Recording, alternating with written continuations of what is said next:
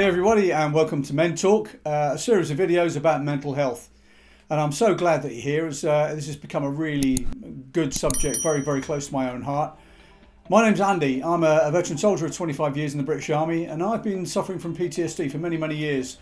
And it was only recently that I realised that I had a mental health issue. So today I'm going to be tackling a topic that's crucial to our understanding and well-being, and that being mental health, or mental illness as it can be known. Despite the progress that's been made in raising awareness about mental health, there are still many, many myths and misconceptions that linger. And these myths can create barriers, perpetuate stigma, and they often lead to misunderstanding about what mental health truly is. Throughout this video, I'm going to be shining a light on some of the most common myths surrounding mental illness, and we'll reveal the facts that debunk them. For instance, you might have heard that mental illness is a sign of weakness. Absolute rubbish. This misconception is extremely dangerous, can be incredibly harmful, and it also discourages individuals that need it from seeking help when they need it the most. So how many people do you think suffer from mental health issues?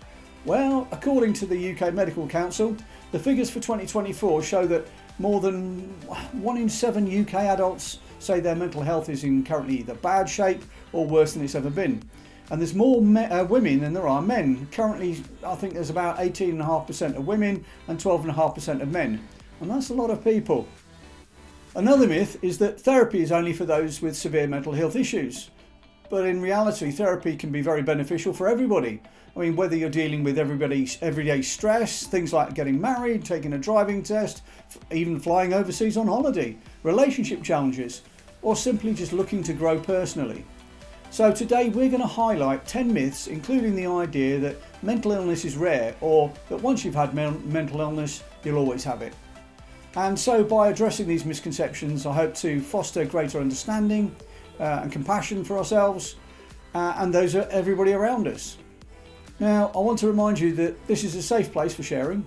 If you have any personal experiences, any personal thoughts or questions about mental health, please feel free to share in the comments below. Please subscribe as well. Your voice matters, and together we can create a supportive community where we can learn and grow. Myth number 1. Mental illness is a sign of weakness. False. Rubbish. Mental illness is a medical condition, just like any other physical illness. It can affect anybody, regardless of their strength of character, background, creed, colour, anything. Factors like genetics, brain chemistry, trauma, even the environment they live can all contribute to mental health illnesses. Myth number 2. People with mental illness are violent. False. Most individuals with mental health conditions are not violent and more likely to be the victims of violence than the perpetrators. And stigmatising language and portrayals in the media, in film and TV, we've all seen it, the chain slashers. This can distort public perception. Myth number 3. You can just snap out of it. False. Mental health conditions often require treatment such as therapy or medications, just like any other medical condition. And recovery takes time, and it takes support. And telling somebody just to snap out of it can actually be harmful and dismissive. And to be honest, it's also just ignorant and rude. Myth number 4. Therapy is only for people with severe mental illnesses. False. Therapy can be beneficial to everybody, not just those with severe conditions. Many people seek therapy for everyday stress, relationship issues and personal growth.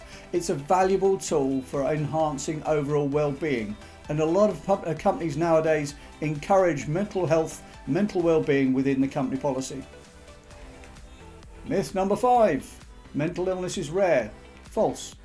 Mental health illnesses are quite common, and according to the World Health Organization, approximately 1 in 4 people will experience a mental health issue at some point in their lives. So awareness and understanding and education are absolutely crucial. Myth number 6. Medication is the only solution. No, false. While medication can be effective for many, those in the severe cases, it's not the only option. Therapy, lifestyle changes, social support and holistic approaches can also play significant roles in managing your personal mental health.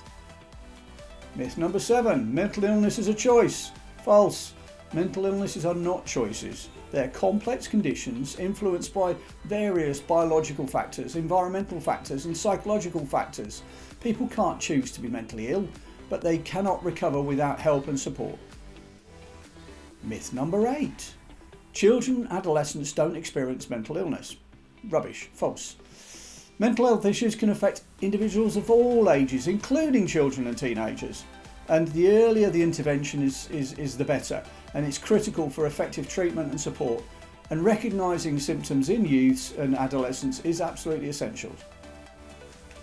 Myth number 9. Once you have a mental illness, you'll always have it. Rubbish. False. Many people can and do recover from mental health issues with the correct treatment, with the correct support and with the correct coping strategies. So individuals can then go on to lead fulfilling lives and manage their conditions quite effectively without affecting anybody around them. Myth number 10. Talking about mental health makes it worse. Absolute rubbish, and I know from personal experience. Open conversation about mental health can reduce the stigma about men talking, women talking, and it encourages people to seek help. Talking about feelings and experiences can be a healing process, and it promotes understanding, and communities rely on it. Open communication is essential, and it's one of those things that men particularly do not do willingly or very well. Or do they? I'm personally very proud to be a member of Silent Storms, which is an Aldershot based club in South England, growing by the day, sponsored by One Shot, Aldershot Football Club, and part of the Healing Hubs, also in Aldershot. They're charities where men get to talk about men's stuff, no politics, religion, controversial subjects or anything like that, nothing legal wise. It's just men chatting about other stuff among other men in a non-judgmental place, no pressure to talk, but everybody listens. So in conclusion, please take on board what I've just said, hit the subscribe button, leave any comments you wish to below, and you've got to recognise that in order for you to become healthier mentally, you have to first recognise that all is possibly not all that good with yourself. So it's really important that you talk. So I wish you all the best, and we'll catch up in the next video. Bye bye now.